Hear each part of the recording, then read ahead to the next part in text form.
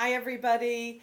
It is Live Lavishly Monday, and I wanted to talk a little bit about self love today because, as you know, Valentine's Day is coming up this week, and for some people, that's a dreaded holiday that they wish would just disappear off the calendar. And of course, it's very focused around couples and love and all of that lovely stuff, which you may feel very in touch with and very in tune with. And if you are, that is lovely. Enjoy that.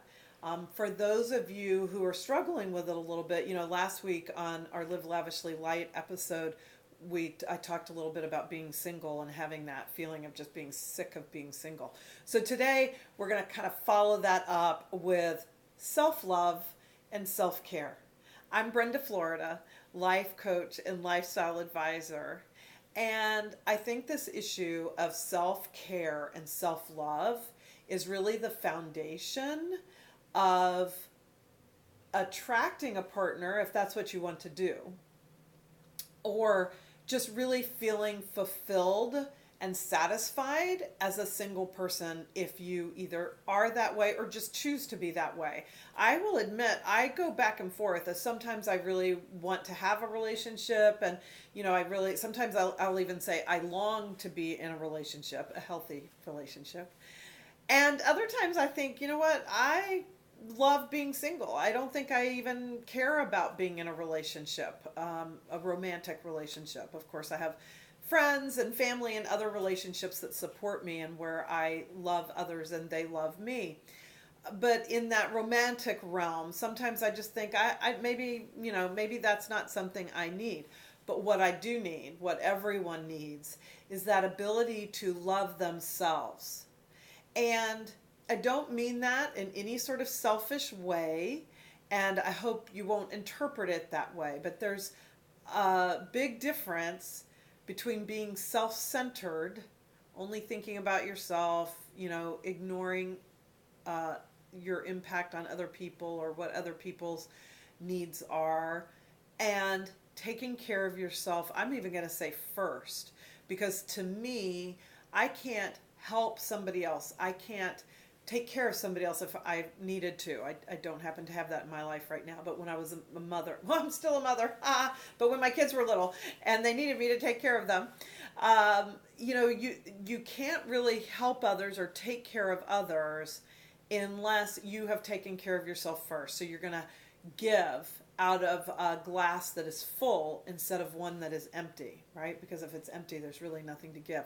So that can be a really difficult concept. There's been times in my life where I've really struggled with that, and I was very much raised in a culture that believed we were all supposed to just give till it hurts, like literally, is okay, and to want any time to yourself or do anything for yourself was selfish. So I would like to undo a little bit of that or challenge that mindset if that's where you're at. That actually being good to yourself and taking care of yourself and prioritizing your own needs emotionally and physically is what really gives you the energy and the power to give to others in a really meaningful way. So, a simple way to think of it is I cannot give what I do not have.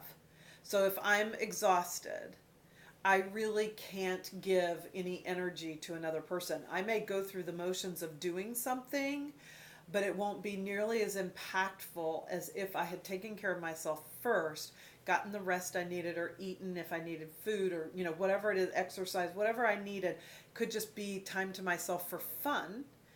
Then I can give to that person out of that full glass. Okay, so what I want you to think about is what you could do to take care of yourself first.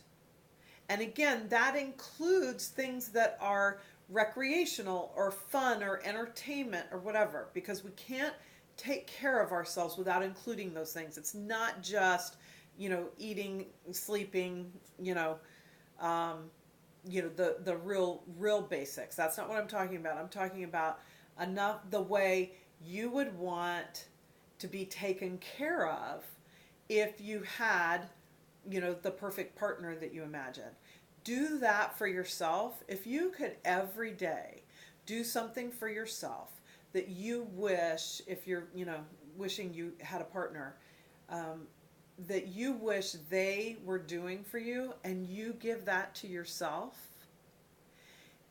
you're going to be in a great place. And that's the place where you're much more likely to actually attract the person who can give you those things. Because there's just something, I don't know, it's sort of a law of attraction thing, that we attract, like kind attract likes kind. So if you're coming from a place of scarcity or, need, you're more likely to attract someone who's also in scarcity and need.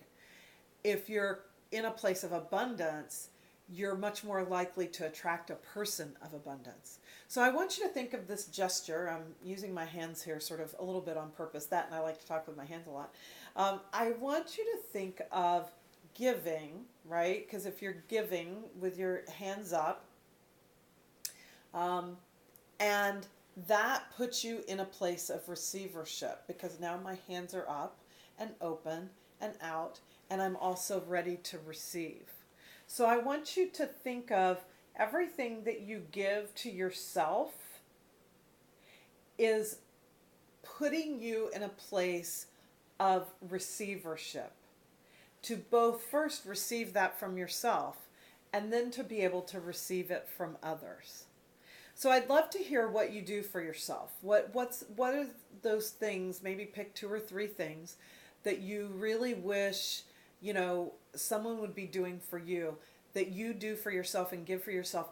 And does that open up sort of that energetic and emotional place of feeling ready to receive? And by that I mean you're coming from that place of your glass being full. So I'm full and I'm happy, and somehow magically, I don't know, maybe it doesn't make sense logically or intellectually, that puts us in a place of being more open to receive, both from ourselves and from our external world.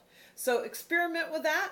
Let me know how it works for you, because giving and receiving is all part of living lavishly. I'm Brenda, Florida, life coach and lifestyle advisor. Thanks for joining me today.